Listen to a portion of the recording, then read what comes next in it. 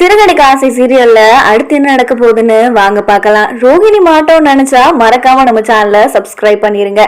ரவி சொன்னதை கேட்டதுக்கு அப்புறமா மீனா கேக்குறாங்க, என்ன ரவி சொல்றீங்க, ஸ்ருதி எங்கதான் போயிருப்பாங்க அப்படின்னு கேட்ட உடனே ரவி சொல்றாரு, அண்ணி அதான் எனக்கு தெரியவே இல்லை, காலையில ஸ்டுடியோ போயேன்னு சொன்னா, சரிடி போயிட்டு வா டைம் ஆயிருச்சு அப்படின்றதுக்காக கால் பண்ணலான்னு பார்த்தா போனையும் எடுக்க மாட்டேங்கிறா அண்ணி. சரின்னு சொல்லிட்டு ஸ்டுடியோவுக்கும் கால் பண்ணேன், பார்த்தா அங்க அவ காலையில இருந்து வரவே இல்லைன்னு சொல்றாங்க அண்ணி அப்படின்னு சொன்ன உடனே மீனா சொல்லுது, ஐயோ என்னவா இருக்கும் ரவி அப்படின்னு சொன்ன உடனே முத்து கேக்குறாரு, சரி அவங்க அம்மா அப்பா வீட்டுல கால் பண்ணி கேட்டியா அப்படின்னு கேட்ட உடனே ரவி சொல்றாரு, கேட்டேன், ஆனா ஸ்ருதி இருக்காளா அப்படின்லாம் கேட்கல, ஸ்ருதி ஏதோ அங்க வந்தாளா அப்படின்னு தான் கேட்டேன், அவங்களுக்கும் இன்னும் விஷயம் தெரியாது முத்து அப்படின்னு சொன்னதுக்கு அப்புறமா முத்து யோசிக்க ஆரம்பிக்கிறாரு. அப்ப பழக்குறள் எங்க தாண்டா போயிருக்கோம், ரவி சொல்றாரு, அதுதான் தெரியல முத்து, எனக்கு பயமா இருக்கு முத்து அப்படின்னு சொன்ன உடனே மீனா சொல்லுது, ரவி அவங்க எங்கேயும் போயிருக்க மாட்டாங்க, ஏதாவது அவங்க ஃப்ரெண்டு வீட்டுக்கு அந்த மாதிரி கூட ஏதாவது போயிருக்கலாம் இல்லையா, அவங்க ஃப்ரெண்டு வீட்டுக்கு யாருக்காவது இங்க கால் பண்ணி கேக்குறீங்களா அப்படின்னு சொன்ன உடனே ரவி சொல்றாரு, சரி அண்ணி நான் உங்களுக்கு கால் பண்ணி கேட்கிறேன் அப்படின்னு சொன்ன உடனே முத்து சொல்றாரு, சரி இந்த விஷயத்த நீ வீட்டுல யாருக்கிட்டையும் சொல்லாத, பார்லர் அம்மா வந்துரும், அப்படி ஒரு வேளை வரலன்னா நம்ம தேடி கண்டுபிடிக்கலாம், நீ வீட்டுல யார்ட்டையும் சொல்லிடாது, எல்லாரும் பதட்டப்பட்டுருவாங்க அப்படின்னு சொன்ன உடனே ரவி சொல்றாரு, சரிடா நான் என் ஃப்ரெண்டுக்கெல்லாம் கால் பண்ணி கேட்கிறேன் அப்படின்னு சொன்ன உடனே முத்து சொல்றாரு, சரி நீ கால் பண்ணி கேளு நான் என்னன்னு பாக்குறேன் அப்படின்னு சொல்லிட்டு மீனாவும் முத்துவும் ரூமை விட்டு வெளியில வராங்க. அப்ப முத்து மீனாட கேட்கிறாரு, மீனா பழக்குறள் வந்துட்டு ஏதாவது சொல்லிட்டு போச்சா அப்படின்னு சொன்ன உடனே மீனா கேக்குது, இல்லங்க ரவி சொன்ன மாதிரி என்கிட்டயும் ஸ்டுடியோக்கு போயிட்டு வரேன் அப்படின்னு சொல்லிட்டு தான் போனாங்க.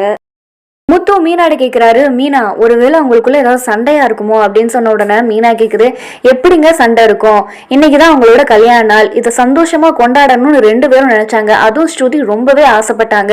இவங்க ரெண்டு பேருக்குள்ள சண்டைலாம் இல்லைங்க, அப்படி ஏதாவது இருந்தா ரவி சொல்லியிருப்பார்ல அப்படின்னு சொன்னதுக்கு அப்புறமா முத்து யோசிக்கிறாரு வேற என்னவா இருக்கும் அப்படின்னு சொல்லிட்டு. மீனா முத்துட சொல்லுது, ஏங்க ஒருவேளை இன்னொரு காரணமும் இருக்குங்க அப்படின்னு சொன்ன உடனே முத்து கேக்குது, என்ன மீனா காரணமா இருக்கும் அப்படின்னு சொன்ன உடனே, இல்லைங்க ஸ்ருதி ரவியை கல்யாணம் பண்றதுக்கு முன்னாடி அவங்க வீட்டில் ஒரு மாப்பிள்ளையை கூட பார்த்தாங்க, ஸ்ருதி ரவியை கல்யாணம் பண்ணிட்டனால அந்த மாப்பிள்ளை ரொம்பவே கோபமா இருந்தாரு, ஒருவேளை அவன் ஏதாவது ஸ்ருதியை கடத்திருப்பானோ அந்த மாதிரி ஏதாவது இருக்குமாங்க. என்ன மீனா நீ இப்படி சொல்ற, ஒருவேளை அதுவா கூட இருக்கலாம், சரி நான் என்னன்னு போய் வெளில தேடி பார்க்குறேன் பழக்குறல அப்படின்னு சொல்லிட்டு முத்து கிளம்பி போயிடுறாரு. முத்து மீனாட சொல்றாரு, இங்க பாரு மீனா, நீயும் இந்த விஷயத்த வீட்டில் யாருக்கிட்டையும் சொல்லிடாத, ஃபங்க்ஷனுக்குள்ள எப்படியும் பழக்குறல் வந்துடும் சரியா அப்படின்னு சொல்லிட்டு முத்து தேட போயிடுறாரு. அதுக்கப்புறமா விஜயா ரவிட்ட கேட்குறாரு, டே ரவி ஸ்ருதி எங்கடா, டைம் ஆயிடுச்சு நம்ம எல்லாம் மண்டபத்துக்கு போகணும்ல அப்படின்னு சொன்ன உடனே ரவி மீனாவை பார்க்குறாரு. உடனே ரவி அவங்க அம்மாட்ட சொல்றாரு, அம்மா நம்ம எல்லாம் போவோமா, அவளுக்கு ஏதோ ஒரு முக்கியமான டப்பிங் வேலை இருக்குமா, முடிச்சுட்டு அவ ஸ்ட்ரைட்டா மண்டபத்துக்கே வந்துருவாமா அப்படின்னு சொன்ன உடனே விஜயா சொல்லுது, என்ன ரவி சொல்ற, அவ தான் எனக்கு கல்யாண பொண்ணே, அவ இப்ப போய் லேட்டா வந்தா எப்படி அப்படின்னு சொன்ன உடனே ரவி சொல்றாரு, இல்லம்மா அவ சீக்கிரமா வந்துருவா, நம்ம எல்லாம் போலாம் அப்படின்னு சொல்லிட்டு